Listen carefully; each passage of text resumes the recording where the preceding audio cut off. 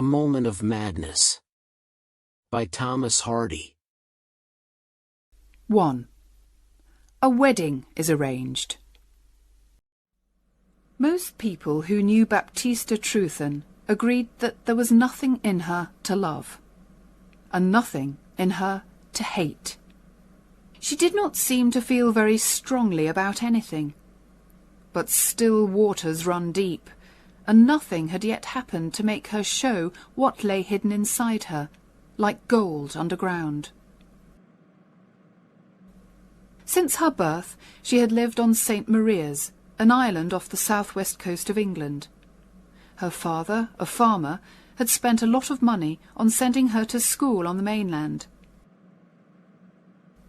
At 19, she studied at a training college for teachers, and at 21 she found a teaching job in a town called Torre-upon-Sea on the mainland coast. Baptista taught the children as well as she could, but after a year had passed, she seemed worried about something. Mrs. Wace, her landlady, noticed the change in the young woman and asked her what the matter was. "It has nothing to do with the town, or you," replied Miss Trewthen. She seemed reluctant to say more. "Then, is it the pay?" "No, it isn't the pay." "Is it something that you've heard from home, my dear?" Baptista was silent for a few moments. Then she said, "It's Mr. Hedagan, David Hedagan. He's an old neighbour of ours on St. Maria's, with no wife or family at all. When I was a child, he used to say he wanted to marry me one day. Now I'm a woman, it's no longer a joke, and he really wishes to do it. And my parents say I can't do better than have him." "Has he a lot of money?" "Yes, he's the richest man that we know." "How much older than you is he?" 20 years, maybe more." "And is he, perhaps, an unpleasant man?" "No, he's not unpleasant." "Well, child, all I can say is this. Don't accept this engagement if it doesn't please you. You're comfortable here in my house, I hope, and I like having you here." "Thank you, Mrs. Wace. You're very kind to me. But here comes my difficulty. I don't like teaching." "Ah, you're surprised. That's because I've hidden it from everyone. Well, I really hate school. The children are awful little things who make trouble all day long. But even they are not as bad as the inspector. For the 3 months before his visit, I woke up several times every night, worrying about it. It's so difficult knowing what to teach and what to leave untaught. I think Father and Mother are right.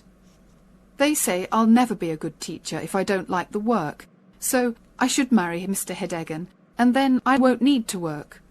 I don't know what to do, Mrs. Wace. I like him better than teaching, but I don't like him enough to marry him." These conversations were continued from day to day, until at last the landlady decided to agree with Baptista's parents. "Life will be much easier for you, my dear," she told her young friend, "if you marry this rich neighbour." In April, Baptista went home to St. Maria's for a short holiday, and when she returned, she seemed calmer. "I have agreed to have him as my husband, so that's the end of it," she told Mrs. Wace. In the next few months, letters passed between Baptista and Mr. Hedagan, but the girl preferred not to discuss her engagement with Mrs. Wace. Later, she told her that she was leaving her job at the end of July, and the wedding was arranged for the first Wednesday in August. 2. A chance meeting.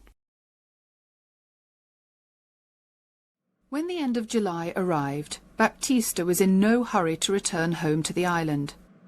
She was not planning to buy any special clothes for the wedding, and her parents were making all the other arrangements, so she did not leave Torre-upon-Sea until the Saturday before her wedding. She travelled by train to the town of Pen Zephyr, but when she arrived, she found that the boat to St. Maria's had left early, and there was no other boat until Tuesday. "I'll have to stay here until then," she thought. "It's too far to go back to Mrs. Wace's." She did not seem to mind this. In fact, she was almost happy to wait another 3 nights before seeing her future husband. She found a room in a small hotel, took her luggage there, then went out for a walk round the town. "Baptista! Yes, Baptista, it is!" The words came from behind her. Turning round, she gave a jump and stared. "Oh, is it really you, Charles?" she said. With a half smile, the newcomer looked her up and down. He appeared almost angry with her, but he said nothing. "I'm going home," she continued, "but I've missed the boat." He did not seem interested in this news. "Still teaching?" he said. "What a fine teacher you make, Baptista, I'm sure." She knew that was not his real meaning. "I know I'm not very good at teaching," she replied. "That's why I've stopped." "Oh, you've stopped? You surprise me. I hate teaching. Perhaps that's because I'm a teacher." "Oh, no, it isn't. It's because I'm starting a new life. Next week I'm going to marry Mr. David Hedegan." At this unexpected reply, the young man took a step back. "Who is Mr. David Hedegan?" he said, trying to sound bored. "He owns a number of shops on St. Maria's, and he's my father's neighbour and oldest friend." "So, no longer a school teacher, just a shopkeeper's wife. I knew you would never succeed as a teacher. You're like a woman who thinks she can be a great actress just because she has a beautiful face, and forgets she has to be able to act. But you found out your mistake early, didn't you?" "Don't be unpleasant to me, Charles," Baptista said sadly. "I'm not being unpleasant. I'm just saying what is true, in a friendly way. Although I do have good reason to be unpleasant to you. What a hurry you've been in, Baptista. I do hate a woman in a hurry." "What do you mean?" "Well, in a hurry to be somebody's wife. Any husband is better than no husband for you, it seems. You couldn't wait for me. Oh, no. Well, thank God that's all in the past for me." "Wait for you? What does that mean, Charlie?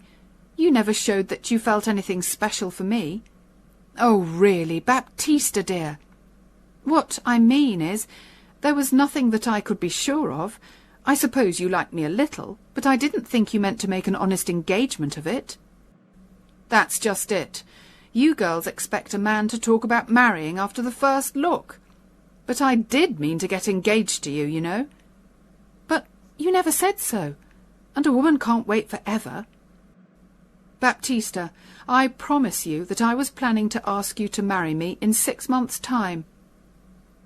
She appeared very uncomfortable, and they walked along in silence. Soon he said, "Did you want to marry me then?" And she whispered sadly back, "Yes." As they walked on, away from the town and into the fields, her shoulder and his were close together. He held her arm with a strong hand. This seemed to say, "Now I hold you, and you must do what I want." "How strange that we should meet like this," said the young man. "You and I could be husband and wife going on our honeymoon together, but instead of that, we'll say goodbye in half an hour, perhaps for ever. Yes, life is strange." She stopped walking. "I must go back. This is too painful, Charlie. You're not being kind today." "I don't want to hurt you. You know I don't," he answered more gently. "But it makes me angry, what you're going to do. I don't think you should marry him." "I must do it, now that I've agreed." "Why?" he asked, speaking more seriously now. "It's never too late to stop a wedding if you're not happy with it. Now, you could marry me instead of him, although you were in too much of a hurry to wait for me." "Oh, it isn't possible to think of that," she cried, shaking her head. "At home, everything will be ready for the wedding." "If we marry, it must be at once. This evening, you can come back with me to Trufal, the town where I live. We can get married there on Tuesday, and then no Mr. David Hedegan or anyone else can take you away from me." "But I must go home on the Tuesday boat," she said, worriedly. What will they think if I don't arrive? You can go home on that boat just the same. The only difference is that I'll go with you. You'll tell your parents that you've married a young man with a good job, someone that you met at training college. When I meet them, they'll accept that we're married and it can't be changed. And you won't be miserable forever as the wife of an awful old man. Now, honestly, you do like me best, don't you, Baptista? Yes, she whispered. Then we will do what I say.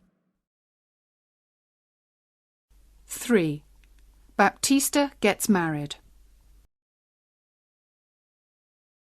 That same afternoon, Charles Stow and Baptista Trewthen travelled by train to the town of Trufell.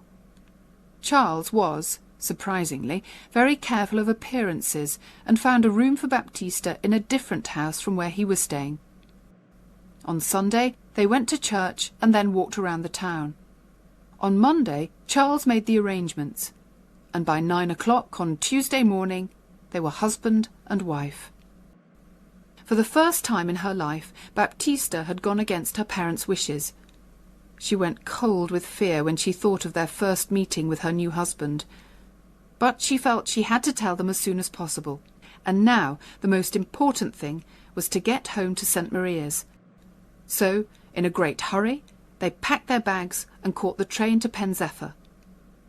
They arrived 2 hours before the boat left, so, to pass the time, they decided to walk along the cliffs a little way. It was a hot summer day, and Charles wanted to have a swim in the sea. Baptista did not like the idea of sitting alone while he swam. "But I'll only be a quarter of an hour," Charles said, and Baptista passively accepted this. She sat high up on the cliffs and watched him go down a footpath, disappear, appear again, and run across the beach to the sea. She watched him for a moment, then stared out to sea, thinking about her family. They were probably not worried about her because she had sometimes missed the boat before, but they were expecting her to arrive today and to marry David Hedegan tomorrow. "How angry Father will be," she thought miserably. "And Mother will say I've made a terrible mistake. I almost wish I hadn't married Charles in that moment of madness. Oh dear, what have I done?" This made her think of her new husband, and she turned to look for him. He did not appear to be in the sea any more, and she could not see him on the beach. By this time she was frightened, and she climbed down the path as quickly as her shaking legs could manage. On the beach she called 2 men to help her, but they said they could see nothing at all in the water. Soon she found the place where Charles had left his clothes, but by now the sea had carried them away. For a few minutes she stood there without moving. There was only one way to explain this sudden disappearance. Her husband had drowned. And as she stood there, it began to seem like a terrible dream, and the last 3 days of her life with Charles seemed to disappear. She even had difficulty in remembering his face. How unexpected it was, meeting him that day, she thought. And the wedding, did I really agree to it? Are we really married? It all happened so fast. She began to cry, still standing there on the beach.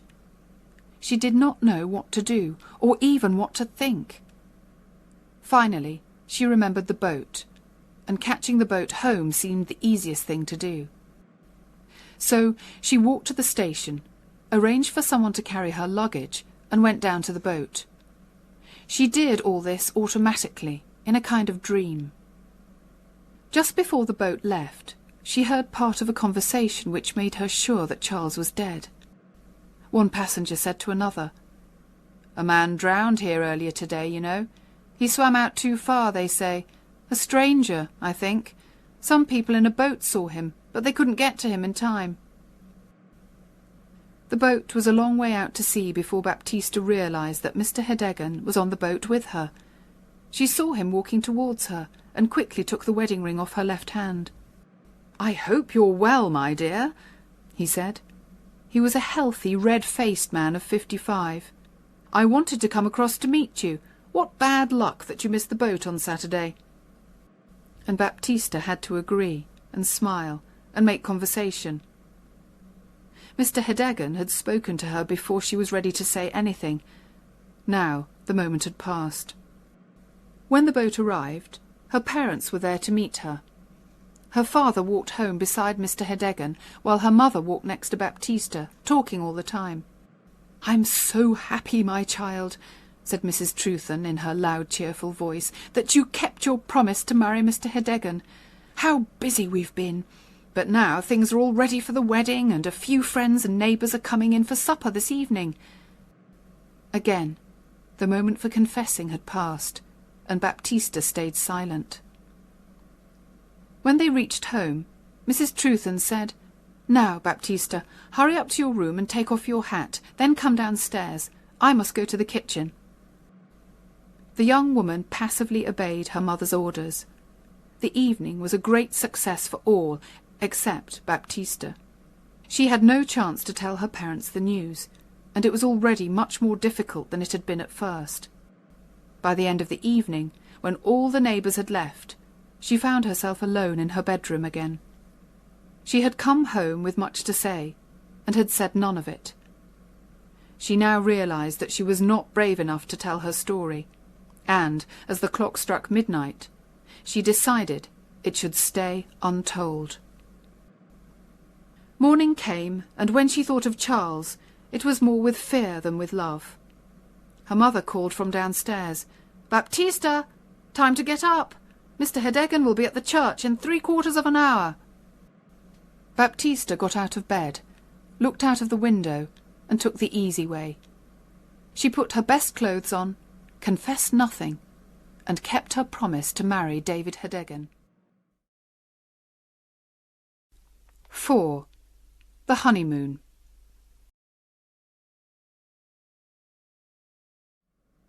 Mr. Hedegan did not worry about his new wife's coldness towards him during and after the wedding. "I know she was reluctant to marry me," he thought, "but that will pass. Things will be different in a few months' time." During the wedding dinner, someone asked Hedegan about the honeymoon. To Baptista's horror, he answered, "Oh, we're going to spend a few days in Pen Zephyr." "What?" cried Baptista. "I know nothing of this." Because of her late arrival, Hedegan had not been able to ask where she would like to spend the honeymoon, so he had arranged a trip to the mainland. It was difficult to change these plans at the last minute, so she had to agree, and that evening she and her new husband arrived in Pen Zephyr. Their first problem was finding a hotel, because the fine weather had filled the town with tourists. They walked from place to place, Hedegan polite and friendly, Baptista cold and silent. Finally, they found an excellent hotel, which, to their surprise, was empty. Kindly Mr. Hedegan, who wanted to please his young wife, asked for the best room on the first floor, with a good view of the sea. "I'm sorry," said the landlady. "There's a gentleman in that room." Then, seeing Hedegan's disappointed face, and not wishing to lose a customer, she added quickly, "But perhaps the gentleman will agree to move to another room, and then you can have the one that you want." "Well, if he doesn't want a view," said Mr. Hedegan. "Oh, no, I'm sure he doesn't, and if you don't mind going for a little walk, I'll have the room ready when you return." During their walk, Baptista was careful to choose different streets from those that she had walked down with Charles, and her white face showed how difficult this visit was for her. At last they returned to the hotel, and were shown into the best bedroom. They sat at the window drinking tea. Although Hedegan had arranged for a sea view to please Baptista, she did not look out of the window once, but kept her eyes on the floor and walls of the room. Suddenly, she noticed a hat on the back of the door. It was just like the hat that Charles had worn. She stared harder. Yes, it was the actual hat. She fell back in her chair. Her husband jumped up, saying worriedly, "You're not well. What can I get ye?" "Smelling salts," she said quickly, her voice shaking a little. "From the shop, near the station." He ran out of the room. Baptista rang the bell, and when a young girl came, whispered to her, "That hat, whose is it?" "Oh, I'm sorry, I'll take it away," said the girl hurriedly. She took the hat off the door. "It belongs to the other gentleman." "Where is the other gentleman?" asked Baptista. "He's in the next room, madam. He was in here. But I can't hear him. I don't think he's there." "He makes no noise, but he's there," replied the girl. Suddenly, Baptista understood what the girl meant, and a cold hand lay on her heart. "Why is he so silent?" she whispered.